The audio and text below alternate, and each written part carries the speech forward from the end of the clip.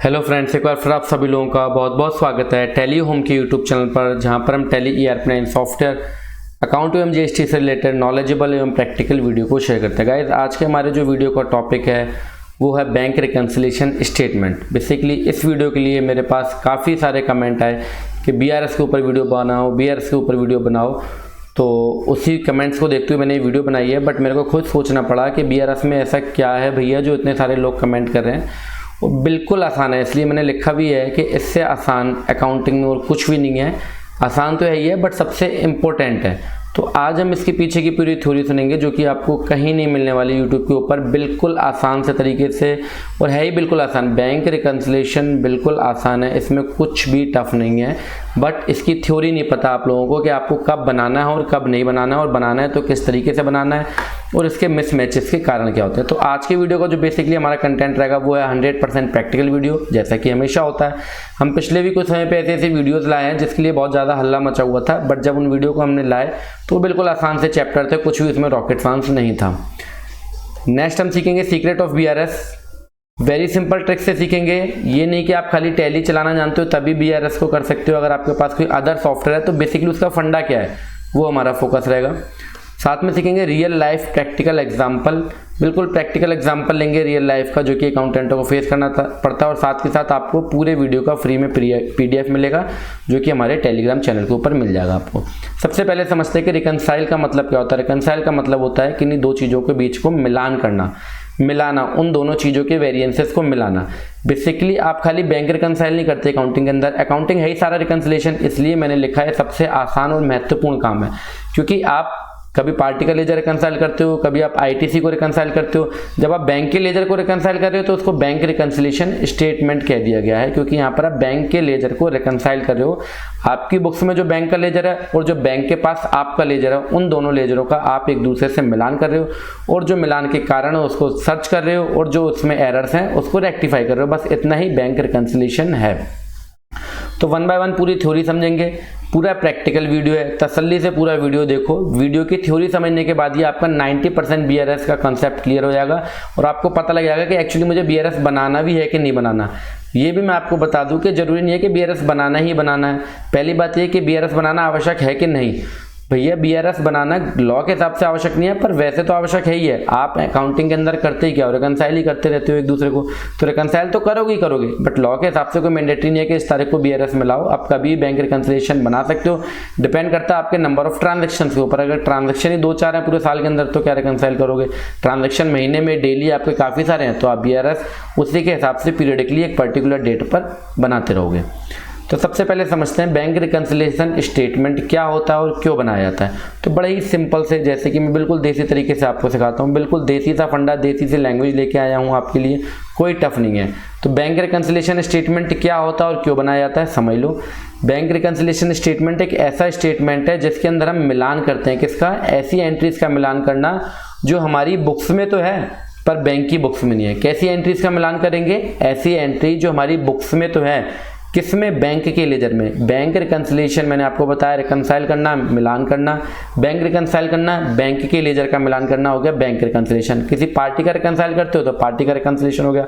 Party का भी आप रिकनसाइल कब करते हो? जिस पार्टी से आपके बहुत सारे ट्रांजेक्शन होते हैं तो आप क्या करते हो? पार्टी के लेजर को रिकनसाइल करते हो। पार्टी के लेजर को रिकनसाइल क्यों करते हो? उसमें क्या एरर आ सकते हैं? उसमें एरर ये आ सकते हैं कि आपने क्रेडिट नोट डाल दिया, पार्टी ने नहीं चढ़ाया, या पार्टी ने डेबिट नोट डाल दिया, आपने नहीं चढ़ाया, पार्टी ने कोई डिस्काउंट डाल दिया, आपने नहीं चढ़ाया, आपने कोई पेमेंट कर दिया तो पार्टी ने अपने यहाँ नहीं चढ़ाया। तो यही एरर होते हैं ना, सेम ऐसे बैंक में एरर होते हैं। तो बैंक रिकन्सिलिएशन क्या हो गया? ऐसी एंट्रीज का मिलान करना जो हमारी बुक्स में तो है पर बैंक की बुक्स में नहीं है, ठीक है। दूसरी, या फिर ऐसी एंट्रीज का मिलान करना जो बैंक की बुक्स में तो है हमारी बुक्स में नहीं है। बस दो ही कारण है।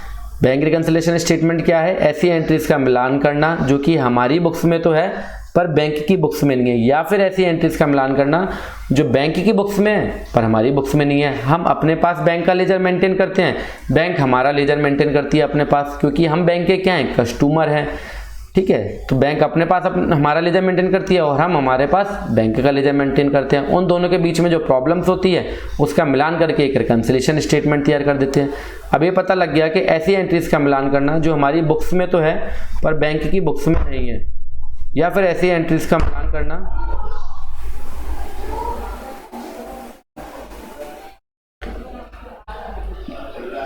या फिर ऐसी एंट्रीज का मिलान करना जो बैंक की बुक्स पर तो हैं पर हमारी बुक्स में नहीं है, इसको हम क्या कहते हैं, बैंक रिकंसिलिएशन स्टेटमेंट कहते हैं। ठीक है, अब इनके एरर का कारण क्या है कि ये बैंक रिकंसिलिएशन जो है ये इसके एरर का कारण क्या है कि बैंक और हमारी बीच में बुक्स में एरर क्यों आएंगे, तो उसका कारण सुन लो। Cause of difference between both the books, मतलब हमारी बुक्स के अंदर और बैंक्स की बुक में कारण जो डिफरेंस आएगा उसका कारण क्या है। नंबर एक टाइमिंग, नंबर एक कारण क्या है, timing. Number second transaction. Number three error और ओमिशन। टाइमिंग मतलब या तो आपने अपनी बुक्स में डेबिट कर लिया, एंट्रीज दोनों की सही हैं, पर आप और बैंक की टाइमिंग में, बुक्स ऑफ रिकॉर्डिंग में जो आप रिकॉर्ड कर रहे हो एंट्रीज को, उसमें कहीं ना कहीं टाइमिंग का मिसमैच है। जैसे हमने किसी 31 तारीख को चेक दिया, वो बैंक में 31 को तो क्लियर नहीं होगा, वो बैंक में जाके सामने वाली पार्टी लगा रही है 5 तारीख को या 7 तारीख को, तो यहाँ पे क्या हो गया, टाइमिंग एरर हो गया। जब आप 31 तारीख को मिलान करोगे तो आपका लेजर रिकंसाइल नहीं होगा। ठीक इसी तरीके से आपने 31 तारीख, 29 तारीख या 30 तारीख के बीच में चेक लगाया, 2 से 3 दिन में चेक क्लियर होगा, वो नेक्स्ट मंथ में आएगा, तो आपका क्या हो जाएगा, टाइमिंग एरर आ जाएगा। यहाँ पर आपका क्या होगा कि आपकी बुक्स में कुछ और बैलेंस आ रहा होगा, बैंक के पास कुछ और बैलेंस आ रहा होगा, जबकि दोनों में गलती किसी की भी नहीं है। तो यही हमें समझना है, बैंक रिकंसिलिएशन किसी गलती नहीं है आपकी, आपने इसको रिकंसाइल करके ये समझना है कि भैया ये जो मेरे पास जो बैलेंस आ रहा है ये भी ठीक है, पर बैंक के पास जो बैलेंस आ रहा है वो भी ठीक है। अभी पूरा प्रैक्टिकल इन सारी चीज़ों को समझेंगे। पहले ये समझ लो कि आप कारण क्या है, 3 ही कारण है, एक टाइमिंग, एक ट्रांजैक्शन, एक एरर। टाइमिंग का मतलब आपने किसी और तारीख में रिकॉर्ड करा और बैंक ने उसको किसी और तारीख में रिकॉर्ड करा। यहाँ पे सारी बात किसकी हो रही है, बैंक से हो रही है, क्योंकि बैंक रिकंसिलिएशन है। इसका एग्जांपल मैंने कुछ नीचे दिया आपको, check issued but not presented for payment. आपने चेक इशू कर दिया पर सामने वाली पार्टी ने उसको प्रेजेंट नहीं किया पेमेंट के लिए। सेकंड नंबर पे check deposited but not clear. आपने चेक डिपॉजिट कर दिया बट वो अभी क्लियर के लिए प्रेजेंट नहीं हुआ।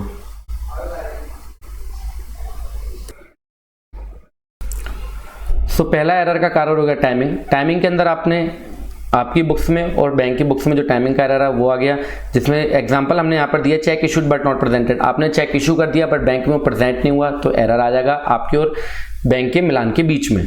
ठीक है, सेकंड नंबर पे आपने कोई चेक डिपॉजिट करा दिया बट वो क्लियर नहीं हुआ अभी उस तारीख में जिस तारीख को बैंक को रिकंसाइल कर रहे हो, तो आपके और बैंक के बैलेंसेस के बीच में डिफरेंस आ जाएगा। सेकंड नंबर पे ट्रांजैक्शन का कैसे एरर आ रहेगा भैया, बैंक ने कोई चार्जेस डाल दिए अपने पास, बैंक ने आपको डेबिट कर दिया, उसने कुछ चार्जेस डाल दिए, bank charges, RTGS charges, interest डाल दिया, कुछ भी डाल दिया, बट आपने उसको कब रिकॉर्ड करोगे, जब आप स्टेटमेंट को लेके आओगे। तो ट्रांजैक्शन का एरर यहाँ पे आ गया, बैंक ने अपने यहाँ पे ट्रांजैक्शन को रिकॉर्ड कर दिया बट वो आपकी बुक्स में नहीं है, क्योंकि हम मिलान किसका कर रहे हैं, अपनी बुक्स और बैंक की बुक्स का। सेकंड नंबर पे इसका एग्जांपल है इंटरेस्ट डेबिटेड और क्रेडिटेड बाय। अगर आपका ओडी अकाउंट है तो इंटरेस्ट बैंक ने डेबिट कर दी, पर आपने जब स्टेटमेंट निकाला तो आपको पता लगा कि आपकी इंटरेस्ट डेबिट हो गई है। या फिर आपका सेविंग अकाउंट है तो बैंक ने इंटरेस्ट क्रेडिट कर दी, तो आपको कब पता लगेगा, जब आपने स्टेटमेंट निकाला तो आपको पता कि आपके अकाउंट में कुछ इंटरेस्ट क्रेडिट की गई है, आप उसकी एंट्रीज कर लोगे और आपका मिलान हो जाएगा। सारी चीज़ों को अभी प्रैक्टिकली सीखेंगे, पहले बस आप इतनी थ्योरी को अगर आप समझ गए तो आपका काम हो जाएगा। थर्ड जो रीजन है वो है एरर एंड ओमिशन। क्या है एरर एंड ओमिशन, एरर माने गलती, ओमिशन माने कोई एंट्री छूट गई। तो यहाँ पर क्या होता है, एरर ऑफ रिकॉर्डिंग। भैया क्या हुआ कि 2 लाख रुपए का कोई ट्रांजैक्शन है, आपने उसको किस में रिकॉर्ड कर दिया, 20,000 में, तो एरर आ जाएगा। कोई 20,000 का ट्रांजैक्शन आपने उसको 2 लाख में रिकॉर्ड कर दिया, मतलब आपकी अमाउंट मिसमैच हो गई। आपने पैसा जमा कराया एचडीएफसी बैंक में, डेबिट कर दिया आपने एसबीआई बैंक को, तो एरर आ जाएगा। एंट्री तो आपने कर दिया, आपके पास से कैश चला गया, आपने एचडीएफसी को डेबिट कर दिया, जबकि डेबिट किसको करना था, एसबीआई को डेबिट करना। तो इसको हम क्या बोलेंगे, error, difference due to error. ठीक है, या फिर entry recorded twice in the books. क्या हुआ, आपने 2 बार एंट्री को रिकॉर्ड कर लिया, कई बार हो जाता है, एक वाउचर 2 बार एंट्री होता है, या फिर आपके पास से वाउचर एंट्री होने से रह गया, तो वो ओमिशन का एरर है। तो बेसिकली बीआरएस के 3 एरर होगा, बैंक रिकंसिलिएशन स्टेटमेंट बनाने का या मिसमैच होने के कारण क्या है, टाइमिंग एरर, टाइमिंग गलत है दोनों की, एक ने किसी और तारीख को ट्रांजैक्शन रिकॉर्ड किया, बैंक ने किसी और तारीख को रिकॉर्ड किया, या ट्रांजैक्शन बैंक ने अपने यहाँ पे ट्रांजैक्शन कर लिया, आप अपने यहाँ पे नहीं कर पाई, या कोई आपने ऐसा ट्रांजैक्शन अपने यहाँ रिकॉर्ड कर लिया पर वो बैंक के यहाँ गया ही नहीं। जैसे कि आपने चेक रिकॉर्ड कर लिया पर चेक वो बैंक में गया ही नहीं, किसी और चेक बैंक में चला गया या गिर गया या फट गया या और कोई कारण हो सकता है, या एरर और ओमिशन का कारण। तो ये बेसिकली 3 कारण हो गए आपके। ठीक है, अब कहानी समझते हैं कि आपको बैंक रिकंसिलिएशन कब बनाना है। तो देखिए यहाँ पर जो है एक एरर है टाइमिंग का, एक एरर है ट्रांजैक्शन का, एक एरर है एरर का। देखिए अगर एरर के कारण अगर आपका मिसमैचेस हो रहा है, जैसे कि एंट्री आपकी 2 लाख रुपए की थी, आपने उसको 2,000 में रिकॉर्ड कर दी, तो आप क्या करोगे, जब बैंक को रिकंसाइल करोगे तो एंट्री को ठीक कर लोगे। तो बैंक रिकंसिलिएशन स्टेटमेंट बनाने की जरूरत नहीं पड़ेगी, बैंक रिकंसाइल करने की जरूरत पड़ेगी पर स्टेटमेंट की जरूरत नहीं पड़ेगी। रिकंसाइल करने की जरूरत पड़ेगी पर स्टेटमेंट की जरूरत नहीं पड़ेगी। क्यों? क्योंकि आपने उसको एंट्री को हैंड टू हैंड रेक्टिफाई कर दिया, क्योंकि यहाँ पर टाइमिंग एरर नहीं है। यहाँ पर क्या हुआ कि 2 लाख की एंट्री आपने 2000 में रिकॉर्ड की थी, आपने उसको द्वार से चेक करा और आपने 2 लाख में कन्वर्ट कर दिया। यहाँ पे मैं आपको जो मेन मुद्दे की बात समझाना चाह रहा हूँ, ये बहुत ज़्यादा सीक्रेट है, आप इसको समझो, ठीक है। या आपने कोई एंट्री 2 बार रिकॉर्ड कर दी, ठीक है, आपने बैंक का रिकंसाइल करा, आपने मिलाया दोनों का, तो आपको पता लगा मैंने एक एंट्री 2 बार रिकॉर्ड कर दिया, आप क्या करोगे? एक एंट्री को डिलीट कर दोगे। तो रिकंसाइल स्टेटमेंट बनाने की जरूरत नहीं पड़ेगी, खाली रिकंसाइल करना पड़ेगा। स्टेटमेंट बनाने की क्या जरूरत पड़ेगी ये अभी बताने वाला हूँ। बाकी सब केसों में आपको स्टेटमेंट बनाने की जरूरत ही नहीं पड़ेगी।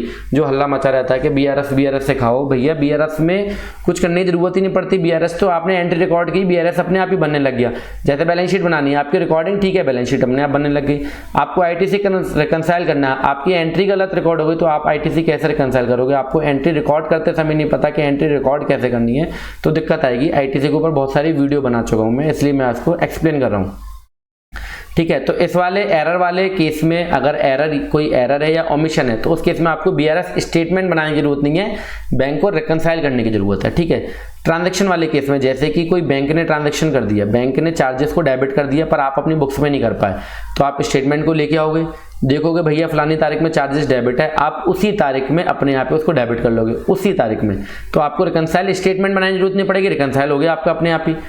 इंटरेस्ट बैंक ने डेबिट कर दिया, कोई क्रेडिट कर दी, आप लेके आए स्टेटमेंट, आपने उसमें से एंट्री को देखा, आपने एंट्री को पास कर दिया उसी तारीख में जिस तारीख में बैंक में, क्योंकि इसमें टाइमिंग एरर तो है नहीं। आपने देखा 5 तारीख को बैंक ने चार्जेस डेबिट किया तो आप उसको 5 में रिकॉर्ड करोगे, 10 में तो नहीं करोगे, ठीक है। तो वो बैंक अपने आप रिकंसाइल हो गया उस तारीख में। अब बचता है हमारा टाइमिंग, जो कि सबसे खतरनाक कारण है और इसी कारण से हमें स्टेटमेंट बनाना पड़ता है। इसका कोई सोल्यूशन नहीं है, इस केस में हमें स्टेटमेंट बनाना पड़ेगा। जैसे कि आपने चेक लगा दिया कितनी तारीख को भैया, आपने लगा दिया चेक 30 तारीख को, बैंक में वो क्लियर कितनी तारीख हो रहा है, वो 1 तारीख को क्लियर हो रहा है, तो आपको अपने स्टेटमेंट में दिखाना पड़ेगा। वो कैसे दिखाएंगे उसके बारे में भी हम डिस्कस कर लेंगे। या आपने बैंक को चेक दिया पार्टी को, आपने जिस दिन पार्टी को चेक दिया आपने उसी दिन अपने यहाँ पे रिकॉर्ड कर लिया। पार्टी कहीं घूमने चली गई, घूमने आने के बाद उसने 5 दिन बाद लगाया, या कोई हॉलीडे पड़ गया उसने 2-4 दिन बाद लगाया, तो वो बैंक में नेक्स्ट 2-4 दिन में क्लियर होगा। तो आपके यहाँ पे जो एंट्री है और बैंक के यहाँ पे जो एंट्री है उसमें 5-6 दिन का मिसमैच आ गया, एंट्रीज के बीच में टाइमिंग का गैप आ गया। तो टाइमिंग वाले गैप के केस में आपको स्टेटमेंट बनाना पड़ेगा। तो खाली एक ही केस आपके पास बचा जिसमें आपको स्टेटमेंट को बनाना पड़ेगा, नहीं तो आपको केवल बैंक को रिकंसाइल करके और एंट्रीज को मॉडिफाई या एंट्री को रिकॉर्ड करके आपका रिकंसाइल ऑटोमेटिकली हो जाएगा। तो अब सीक्रेट के बारे में और बात करते हैं। यहाँ पर आपको थ्योरी समझ में आनी चाहिए। सीक्रेट के बारे में बात करते हैं, secret of BRS, bank reconciliation के स्टेटमेंट के सीक्रेट। अब सुन लो, इसको फॉलो कर लेना तो कोई टेंशन ही नहीं। अगर आपकी कंपनी या फर्म में बैंक का सारा काम नेट बैंकिंग के द्वारा किया जाता है, मतलब आरटीजीएस, एनईएफटी, आपको चेक इशू ही नहीं करते हो, आपका मोस्टली काम जो है बहुत ही रैंडमली आप एक चेक कभी कभार इशू करते हो, तो आपका बैंक रिकंसिलिएशन डेली बेस पे होता है। कैसे होता है भैया? आप डेली शाम को निकाल लोगे या सुबह निकाल लोगे अपना बैंक का स्टेटमेंट और डेली बेस पे उसकी रिकॉर्डिंग कर दोगे, एंट्री पास कर दोगे। एनईएफटी से आपने की होगी, आरटीजीएस से की होगी, पैसा आया होगा, पैसा गया होगा, चेक का कोई है ही नहीं। तो मैंने आपको बताया केवल हमें बैंक कब रिकंसाइल करना होता है, टाइमिंग वाले केस में। अब नेट बैंकिंग जब होगी,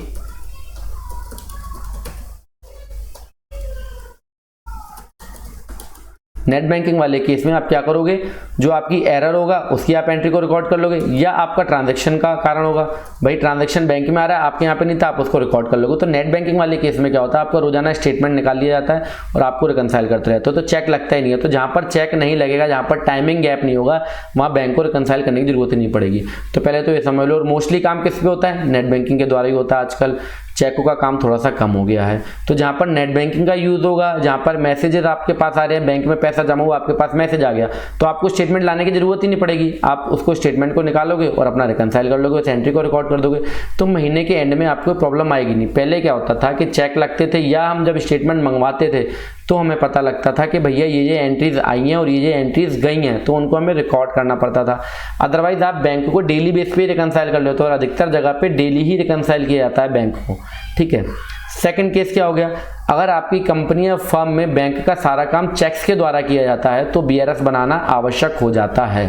अगर आपके यहाँ पे हर चीज़ के ऊपर एक चेक दिया जाता है या आपके यहाँ पर चेक लगाए जाते हैं, आपके यहाँ पर चेक आते हैं तो भी आपको बैंक रिकंसिलिएशन स्टेटमेंट तैयार करना पड़ेगा, या आप चेक किसी को देते हो तो भी आपको बैंक रिकंसिलिएशन स्टेटमेंट तैयार करना पड़ेगा। नेक्स्ट, सबसे बड़ा सीक्रेट, बीआरएस केवल उन एंट्रीज के लिए बनाया जाता है जिनके डिफरेंस का कारण टाइमिंग होता है। तो समझ गए होगे आप, बीआरएस बनाने का जो मेन कारण क्या है, वो टाइमिंग गैप। अगर टाइमिंग गैप आ रहा होगा तो आपको बीआरएस बनाना पड़ेगा। तो चलिए अब टैली सॉफ्टवेयर के ऊपर चलते हैं और एक स्टेटमेंट लेते हैं और उसको हम रिकंसाइल करना सीखते हैं। तो ये आ गया हम टैली के ऊपर, ठीक है। और ये रहा हमारे पास एक्सेल का स्टेटमेंट है कि ये एसबीआई बैंक का स्टेटमेंट 1/9/2020 का हमने वैसे ही बनाया है, ठीक है। यहाँ पर हम किसको रिकंसाइल कर रहे हैं, चेक वाले केस में हम यहाँ पर एज्यूम कर रहे हैं कि हमारे चेक आते हैं और चेक ही लगते हैं, क्योंकि नेट बैंकिंग वाले केस में तो डेली आप निकालोगे स्टेटमेंट आपका रिकंसाइल होगा। तो ठीक है, अब हम अपने बैंक में जाकर ओपन करके देख लेते हैं एसबीआई को, ठीक है। एसबीआई हमने 1/9 को ओपन करा तो हमारे पास ओपनिंग बैलेंस कितना है, यहाँ पर आप देखना चाहेंगे। ओपनिंग बैलेंस है 50,672। क्लोजिंग बैलेंस कितना है, 1,92,490 क्रेडिट। कितना है, 1,92,490.95 क्रेडिट। क्रेडिट का मतलब बैंक लेनदार है। बैंक लेनदार का मतलब ये तो भैया उल्टा हो रहा है, या तो हम ओवरड्राफ्ट फैसिलिटी का यूज कर रहे हैं। सेविंग अकाउंट का तो कभी क्रेडिट बैलेंस आ ही नहीं सकता। सेविंग अकाउंट का हमेशा बैलेंस क्या आता है, डेबिट आता है। डेबिट का मतलब क्या हो गया, असेट्स है, मतलब बैंक के पास मेरा पैसा जमा है, डिपॉजिट है। क्रेडिट बैलेंस का मतलब क्या हो गया, लायबिलिटी है, मतलब बैंक का मेरे ऊपर पैसा है, बैंक क्रेडिटर है, बैंक को पैसा देना। और बैंक को पैसा कब देना होगा, जब हम ओवरड्राफ्ट फैसिलिटी का यूज कर रहे होंगे। तो यहाँ पर हमारे पास जो बैलेंस आ रहा है वो क्या आ रहा है, 1,92,490 क्रेडिट। अच्छा, बैंक में चल के देखते हैं। बैंक का स्टेटमेंट जो है इसमें क्या आ रहा है बैलेंस, इसमें आ रहा है 230,509 क्रेडिट। 230,509 क्रेडिट, मतलब बैंक कह रही है कि आप हमसे पैसे लो, हम कह रहे हैं बैंक वाले से कि तुम हमसे पैसे लो। हमारी बुक्स में आ रहा है 1,92 क्रेडिट बैलेंस और बैंक की बुक्स में आ रहा है 230 क्रेडिट बैलेंस। तो देखिए, ये पहले बैलेंसेस को पढ़ना सीखो, लेजर को पढ़ना सीखो। तो यहाँ पर वेरिएंस कितना हो गया टोटल हमारे पास आ रहा है 1,92 हमारी बुक्स में, ठीक है। और बैंक की जो हमारा जो बैंक का जो स्टेटमेंट जो हमने डाउनलोड करके निकाला है या हमने स्टेटमेंट मंगवाया, वहाँ आ रहा है 230 क्रेडिट। हम कह रहे हैं बैंक से आप पैसा लो, बैंक हमसे कह रही है कि भैया आप हमसे पैसा लो। तो टोटल जो वेरिएंस हो गया वो कितना हो गया, 1,92,490 प्लस 230, अप्रॉक्स फिगर रख रहा हूँ, जो भी फिगर है। तो टोटल वेरिएंस कितना हो गया, 1,92,490 प्लस 230। तो टोटल वेरिएंस जो हमारा हो गया वो हो गया 4,22,490 रुपये का। हमारा टोटल बैंक रिकंसाइल में अंतर कितना आ रहा है, हमारी बुक्स और बैंक की बुक्स में अंतर कितने का आ रहा है, 4,22,490 रुपये का आ रहा है। तो उसको रिकंसाइल करते हैं। अब यहाँ पर पहले मैंने आपको बताया कि बैलेंसेस को हम कैसे पढ़ते हैं। तो यहाँ पर हमने बैलेंस को पढ़ लिया, ठीक है। अब हमारे पास जो बैंक का ओपनिंग बैलेंस, सबसे पहले हम किसी भी चीज़ को रिकंसाइल, चाहे हम पार्टी का लेजर रिकंसाइल कर रहे हो, चाहे आईटीसी को रिकंसाइल कर रहे हो, चाहे बैंक को रिकंसाइल, सबसे पहले ओपनिंग बैलेंस को पकड़ोगे। हमारे पास ओपनिंग बैलेंस आ रहा है 50,672.09 डेबिट, मतलब हमारी असेट्स है, बैंक के पास हमारा जमा है, डेबिट बैलेंस है, बैंक देनदार है।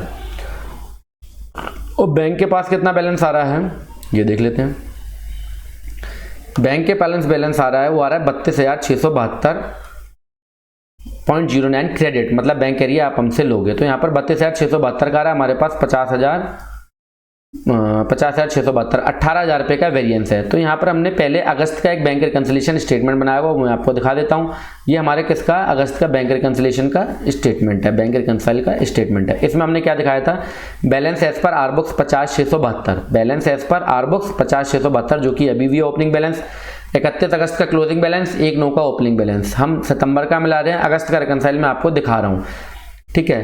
तो यहाँ पर क्या हुआ था, एक चेक जो था हमने लगाया होगा लास्ट तारीख के अंदर 18,000 रुपये का, जिसका कि चेक नंबर ये है 4252, जो कि बैंक में सितंबर में क्लियर हुआ होगा, पर हमने अगस्त में उसको रिकॉर्ड कर लिया होगा, क्योंकि हम जिस दिन हमने लगाया उस दिन में रिकॉर्ड कर लिया, पर बैंक में 2-3 दिन बाद क्लियर हुआ। तो balance as per SBI bank के हिसाब से बैलेंस कितना था, 32,672। इसका मतलब हमारे बैलेंस मैच कर रहे हैं। हमारी बुक्स में 50,672 था, हमारी बुक्स में 50,672 क्यों था, क्योंकि मेरे पास 18,000 रुपये का चेक जुड़ा हुआ था, क्योंकि मैंने अपनी बुक्स में उसको ऐड कर लिया था, पर वो क्लियर नहीं हुआ था, बैंक में वो क्लियर सितंबर में हुआ था। इसलिए उस बैलेंस को लेस करने के बाद मेरे पास 32,672 रुपये बैलेंस आता है, जो कि बैंक का बैलेंस 32,672 है और मेरी बुक्स का बैलेंस 50,672 है। इसका मतलब हमारा बैंक का ओपनिंग बैलेंस मिल रहा है। इस तरीके से आपको बैंक के ओपनिंग बैलेंस को मिलाना है। अब इस महीने का सितंबर का रिकंसाइल करने के लिए आप यहाँ पे राइट हैंड पे आओगे, आपको एक की दिखेगी F5 रिकंसाइल। मैं यहाँ पर टैली का बहुत ज़्यादा यूज़ नहीं करूँगा, बस आपको हल्का सा यूज़ करके बताऊँगा, क्योंकि अगर आप टैली सॉफ्टवेयर के अलावा दूसरा सॉफ्टवेयर भी चला रहे हो तो भी बैंक तो रिकंसाइल करना पड़ेगा। अगर आप प्रॉपर चाहते हो कि हाँ सब टैली में लेज़र इंपोर्ट बैंक का इंपोर्ट करके दिखाओ, तो आप कमेंट बॉक्स में कमेंट करना, नई वीडियो उसके लिए हम बना देंगे। अभी हमारा मेन फोकस जो है वो कॉन्सेप्ट को समझना और एंट्री को पास करना।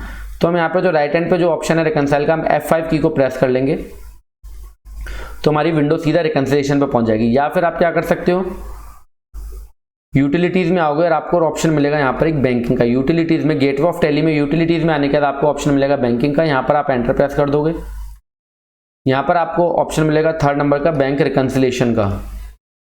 तो बैंक रिकंसिलिएशन के ऑप्शन पे आने के बाद आपने एंटर प्रेस कर देना है। यहाँ पर जितने आपके बैंक होंगे, अभी हमारे पास एक बैंक है तो इसलिए एक बैंक आ रहा है लेजर नेम, अदरवाइज यहाँ पे बैंक के सारे लेजर आएंगे। तो हम पे एक लेजर है तो हम यहाँ से भी इसको ओपन कर सकते हैं।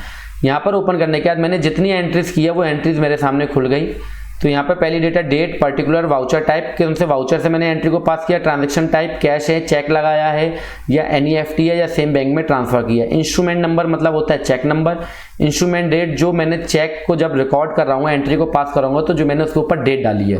और बैंक डेट, जितनी तारीख में बैंक में क्लियर हुआ। तो यहाँ पर हमारा कर्सर है, यहाँ पर हम अब इससे बैंक को रिकंसाइल करेंगे उसके साथ, मतलब हम यहाँ पे एंट्रीज को एक दूसरे से मिला रहे हैं।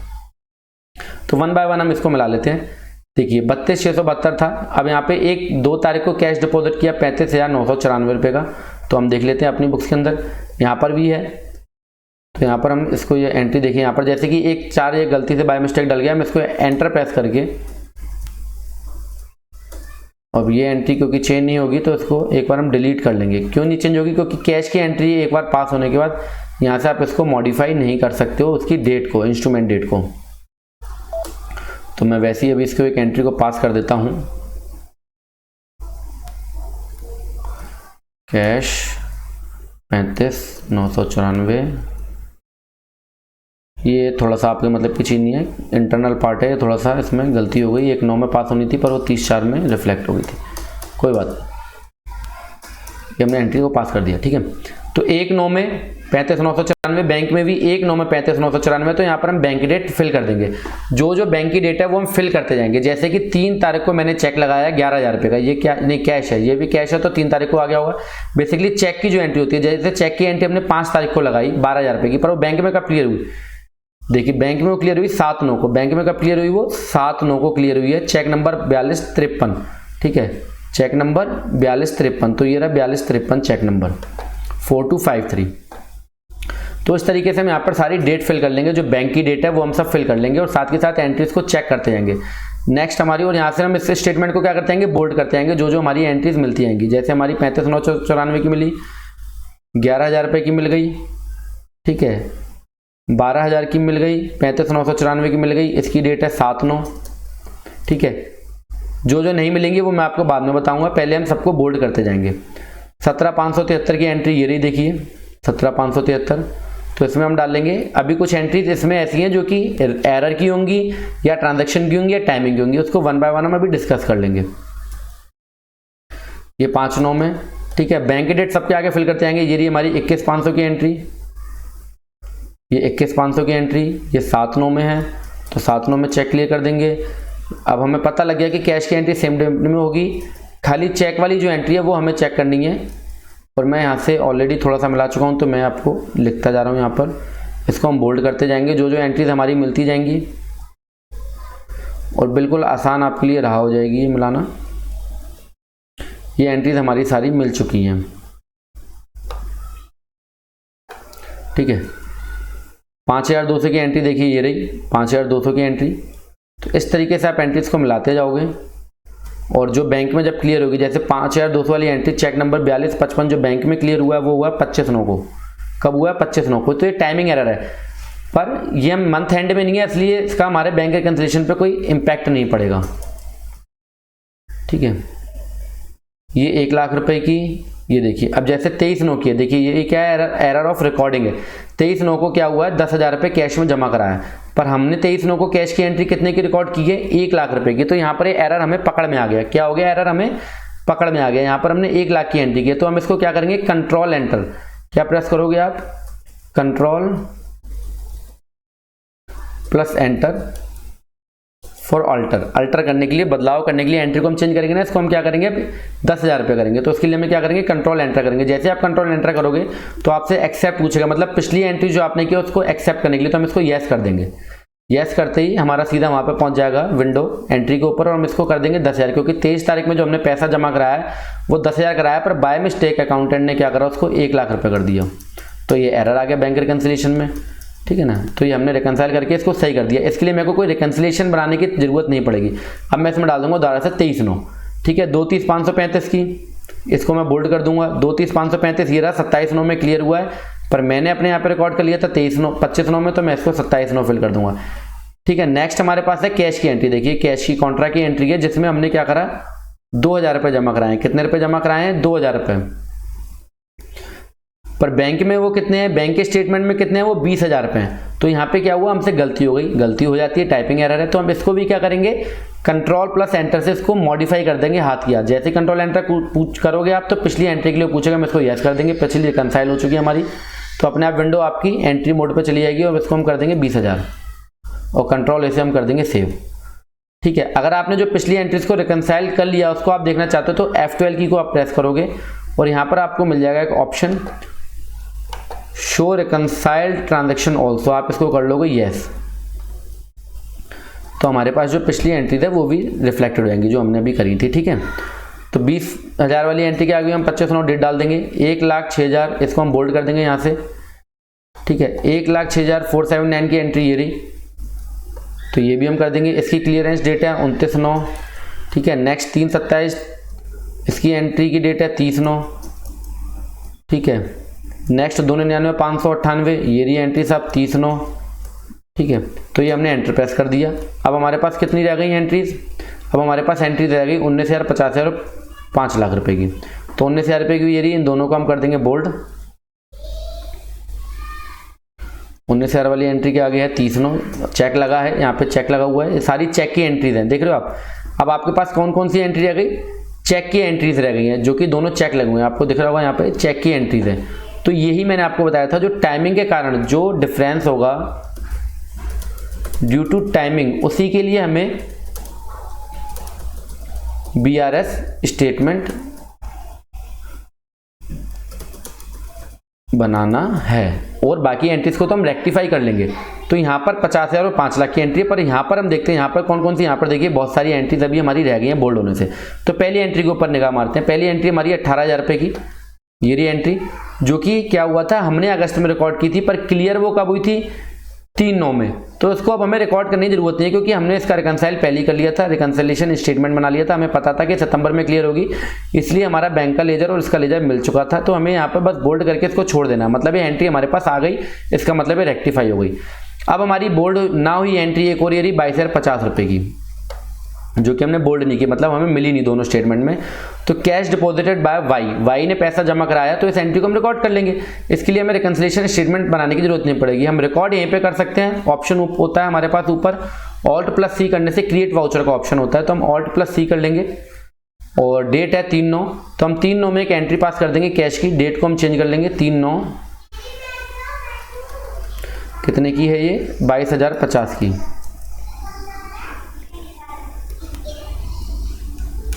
इसको हम 3/9 में रिकॉर्ड कर देंगे, SBI को डेबिट कर देंगे, और ये एंट्री हमारी हो गई रिकॉर्ड जैसी हो जाएगी तो वो दोबारा से यहाँ पर अभी रिकन्साइल्ड अनरिकन्साइल्ड के अंदर आ जाएगी। अभी अनरिकन्साइल्ड है, क्या है ये, अभी अनरिकन्साइल्ड है। तो पहले हम एक एक करके हम सबको जो है बोल्ड वाली एंट्रीज को हम बोल्ड कर देंगे, जो बोल्ड नहीं है अभी तक।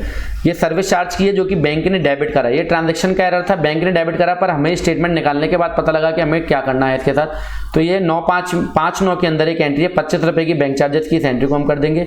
इसके लिए हम Alt+C प्रेस करेंगे क्रिएट वाउचर करने के लिए, और डेट चेंज कर लेंगे, क्या डेट है, 5/9। पेमेंट वाले वाउचर में करेंगे बैंक चार्जेस, Alt+C करके एक बैंक चार्जेस का लेजर क्रिएट कर लेते हैं हम इनडायरेक्ट एक्सपेंसेस के अंदर, और 25 रुपये की एंट्री हम पास कर देंगे SBI। और ये एंट्री भी हमारी क्या हो गई, रिकॉर्ड हो गई। तो हम इसको भी यहाँ से बोल्ड कर देंगे अब, और नीचे चलते हैं अब। तो देखिए 77,000 रुपये की एंट्री जो है वो हमने बोल्ड नहीं की, कितने की है, 77,000 77,000 रुपये की, 77,000 की ये क्या है, एसबीआई कार इंस्टॉलमेंट, मतलब क्या हुआ, ईसीएस लगा हुआ, ऑटोमेटिकली बैंक को हमने इंस्ट्रक्ट करा हुआ कि हमारी लोन की इंस्टॉलमेंट डिडक्ट हुआ है। तो 21/9 की एंट्री है, हम इसको 21/9 में पोस्ट कर देंगे 77,000 का। तो इस तरीके से हमें यहाँ पर रिकंसिलिएशन स्टेटमेंट बनाने की जरूरत ही नहीं पड़ी, ये हम रिकंसाइल कर देंगे, बैंक को रिकंसाइल कर देंगे, पर स्टेटमेंट बनाने की जरूरत नहीं पड़ेगी। तो एसबीआई कार लोन 77,000 अमाउंट है और डेट है इसकी आपकी 21/9, तो हम यहाँ पर डेट चेंज कर लेंगे 21/9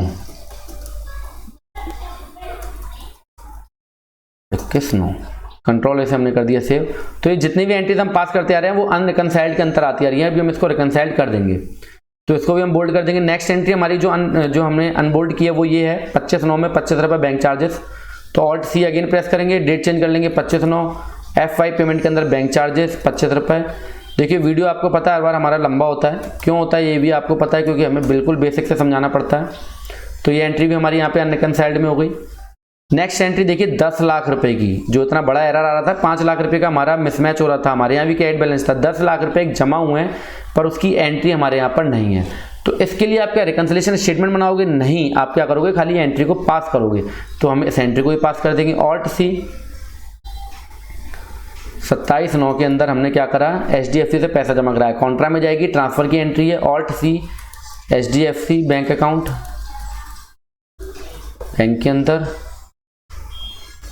1, 2, सैकड़ा, हजार, 10,000, लाख, 10 लाख, 10 लाख रुपीज, और ये हमने SBI बैंक को कर दिया डेबिट। ये भी एंट्री हमारी हो गई पोस्ट। ये अनरिकंसाइल्ड के अंदर यहाँ पे आगे देखिए 10 लाख रुपए, अभी अनरिकंसाइल्ड है, अभी हम इसको रिकंसाइल करेंगे। ठीक है, तो अब हमारी जो है सारी एंट्री आप देख रहे होगे सारी बोल्ड हो चुकी है, हमारी सारी एंट्रीज अब क्या हो चुकी हैं, बोल्ड हो चुकी हैं। तो हम यहाँ से इसको रिकंसाइल कर लेंगे सारी एंट्रीज को अब, क्योंकि ये सब कैश की हैं या चार्जेस की हैं।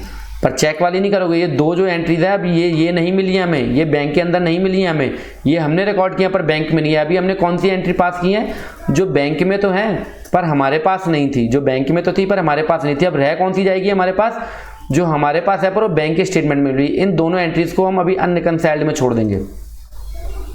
ठीक है, अब मेरे पास क्या हुआ, दो एंट्रीज अनरिकंसाइल्ड है, कौन कौन सी, 50,000 रुपए की और 5 लाख रुपए की। तो अब balance as per company books कितना है, 6,80,509 रुपए 9 पैसे। ये मैं आपको दिखा देता हूँ नीचे। अभी हमारा स्टेटमेंट रिकंसाइल्ड होकर तैयार हो गया। 6,80,509 रुपए हमारी बुक्स का है। Amount not reflected in bank 5 lakh रुपए, 50,000 रुपए क्रेडिट में, 5 लाख रुपए डेबिट में। तो बैलेंस एज पर बैंक 230,509.9। और हम बैंक के ऊपर आते हैं तो बैंक का बैलेंस कितना आ रहा है, 230,509.9। तो इस तरीके से हमारा बैंक रिकंसिलिएशन स्टेटमेंट तैयार होता है। अच्छा, आपको इसको एक्सेल में बनाना है तो कैसे बनाओगे, ये जो फॉर्मेट था मैं इसी को कॉपी कर लेता हूँ, कंट्रोल सी कंट्रोल वी मैंने कर दिया, और यहाँ पर मैंने कर दिया सितंबर 2020। ठीक है, तो अब यहाँ पर आ गया balance as per our books. Balance as per our books कितना है, balance as per our books 680,509.9। Balance as per company books 680,509.9, तो 680,509.09। ये क्या है, डेबिट बैलेंस है। डेबिट बैलेंस का मतलब क्या होता है, पॉजिटिव बैलेंस, मतलब बैंक के पास मेरा जमा है। डेबिट बैलेंस किसका आता है, असेट्स या एक्सपेंस का। बैंक एक्सपेंस नहीं है, बैंक असेट्स है, तो बैंक के पास मेरा पैसा जमा है। अब यहाँ पर हम क्या करेंगे, एक रो एंटर कर देंगे।